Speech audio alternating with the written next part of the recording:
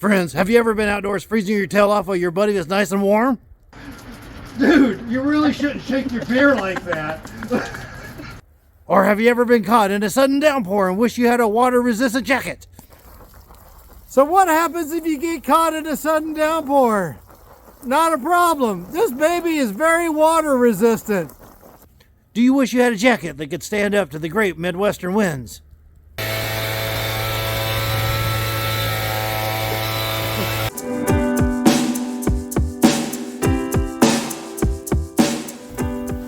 Hi friends, hey, welcome back to the Expeditionary Johnny channel. Hey, if you're new to my channel, you're going to see here that the theme to my channel is to help remove obstacles to getting outdoors.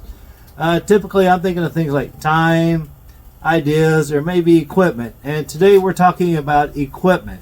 Specifically, we're going to be talking about the Neveland Heated Jacket. Now, I will be upfront with you.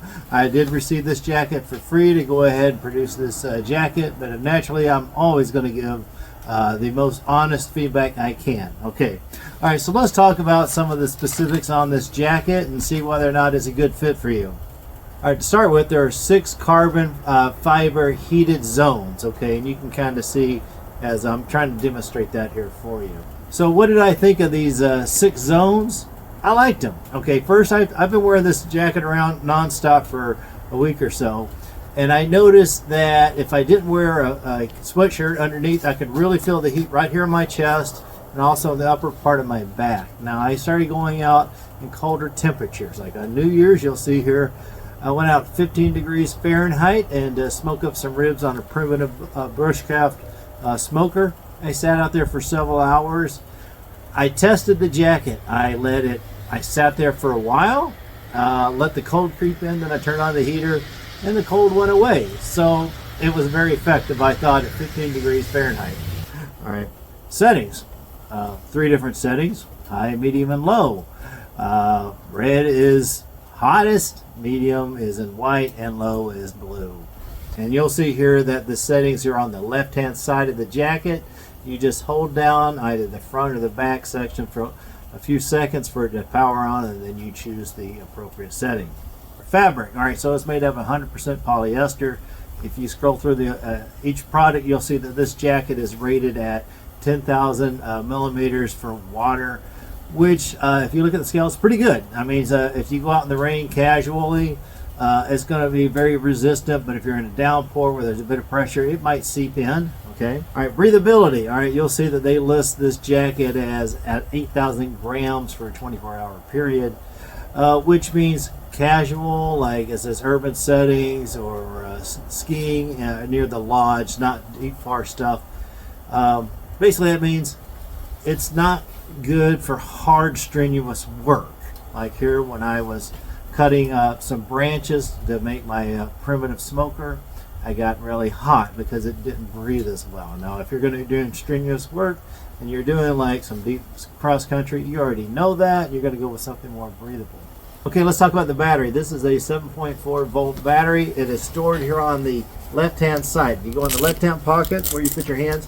There's a Velcro opening here, and inside there, and there you're going to see where we plug in our battery. Okay, you're going to see that this battery is fitted for both traditional USB and USB-C settings. You can also charge up your phone as a backup power source. According to Neveland's charts, this battery can last about 20.5 hours at the lowest setting.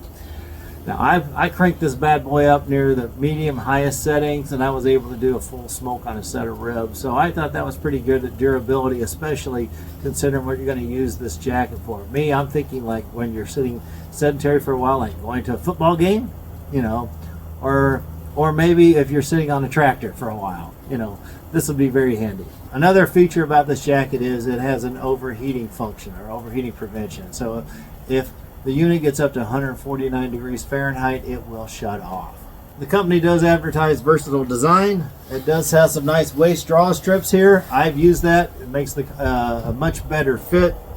I already mentioned that we got the inner pocket on the left here for our battery. There's additional pocket, inner pocket right here on the left-hand side, okay, which works if you're right-handed because we're zipping this side and we can kind of reach inside here. It's nice and big, you know, so you can possibly store a cell phone or something like that in there. And the other part of versatility that Neveland likes to point out is this hood, okay? It is detachable. You can also have a drawstring here to just snug it on up, make it comfortable. So to detach it, as I said, there's Velcro on the outer flaps. You just pull that off. And then they've got this YKK brand of zipper to take it off.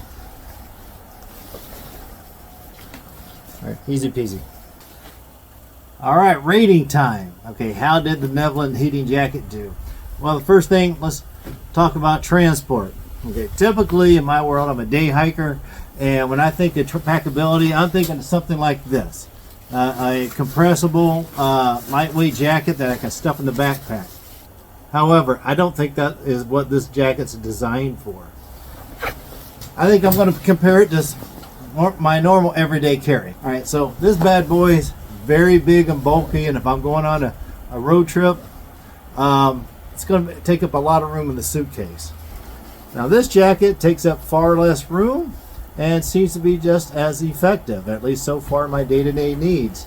It did come in this nice little bag here. You can kind of get an idea of how small it compresses into, and I think it would fit easily into a suitcase, at least a lot more so than my previous everyday carry. Therefore, I'm going to give this one a 10 for 10. Let's talk about ease of use. All right, so I am a very clumsy man that doesn't like to read instructions. So the fact that I was able to locate where to plug in the battery, figure out how to do the settings without reading anything, go through high, medium, and low, and the jacket worked just fine, that tells me easy use is easy. All right, so we're going to give it a 10 out of 10. All right, let's talk about versatility. I'm going to give the jacket positive reviews on this one, okay, because you can remove your hood. You can open up. Me, I'll just keep it on there. You can adjust the drawstrings around your waist and the hood, so that's going to make it more comfortable. You can unzip this one. It's like you don't always have to have it zipped up. You don't have to turn on the battery all the time. So that gives you a lot of variability right there, okay? All right. So if you take all that into consideration, I would say the only way to make this more versatile would be maybe to make the sleeves detachable with some type of zipper component, maybe make it into a vest. I would say let's give this a 9 out of 10 because there is a little bit more room for improvement in the design if we really wanted to max out versatility. Next, effectiveness. This jacket is extremely effective. I sat outdoors in the cold for long periods of time and I was very comfortable. Okay, and I tried both with the heat on and off. The best test was on New Year's. It was 15 degrees Fahrenheit. You'll see me out here. I made a primitive smoker and I smoked up a rack of ribs. I also rode around on my tractor for a while on a cold, wet night. This jacket kept me dry, kept me warm. So I gave it a fair test. My only caveat is for the individual that doesn't go outdoors that much and thinks that they can just wear this and this alone. Please keep in mind it is smart to always wear layers. By layering it, you're going to get more even heat distribution. And also, you can have a lower setting so the battery is going to last longer. With all that being said, I'm going to give this a 10 out of 10. Durability. This jacket is not designed to be really beaten up. It is more for urban settings, maybe snow skiing near the lodge, right? So you're not going to be going through brambles, but you might be sitting at a football game for a long period of time. Or out here in Nebraska where it's super windy, you're going to be walking the dog around the neighborhood, right? It stands up to that just fine. My only concern would be for the individual that thinks that they can take this jacket and cram it into a backpack. I would be a little bit concerned about damaging the wires and making this less effective. So with that, since it's so positive, so far I'm impressed by it. Let's give it a 9 out of 10 because I haven't totally maxed it out just yet. All right, next, claims. Okay, this to me is the linchpin. Okay, this is going to make the basis for any review. All right, so what does Neveland claim? Okay, so Neveland started out with a heated vest, and then they've expanded their products. And they say no matter the temperature, they want you to be able to take their products to go outdoors, and also they want you to be able to enjoy your favorite activities. That's tough, because there might be some activities or some cold that is beyond the limits of the equipment. Now, before I say anything, I wrote, Neveland also puts out their ratings. Since they gave me the scale, I know what to expect from this, and it performed as advertised. My thought is this: if you're into those energy taxing, tolling type of activities where you know your body heat's going to go up, you're already going to be familiar with these charts, and you're probably going to know that this is not right for, let's say, bushcraft or cross-country skiing, right?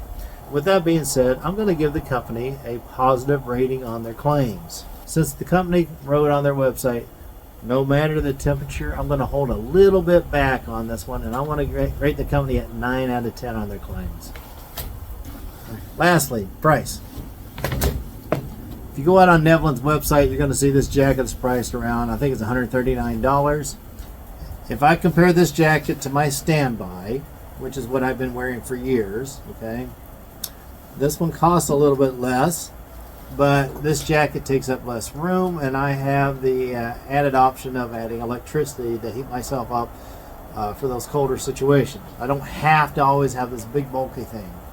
So that tells me that this jacket is priced appropriately. It is a good deal. Now, is it 10 out of 10? Nah, I can't give it a 10 out of 10, but I'll give it a 9 because they can always try to make it cheaper or offer some coupons. All right, so that gives us an overall score of 66 out of 70. All right, Neveland, great job. I really like your jacket, and I really appreciate the opportunity to review your jacket. So this jacket has become my primary wear around here in Nebraska on my day-to-day activities. So I'm going to stand behind this jacket. It is really good. Now, for all you viewers, I'm going to say, hey, thank you so much for tuning in and watching my video. I hope this gives you guys some ideas on things to consider when choosing your equipment for your outdoor activities, because it is all very personal. And the more you get into an activity, the more you realize what type of equipment you really need. So with that, y'all take care. Have a wonderful week. Bye.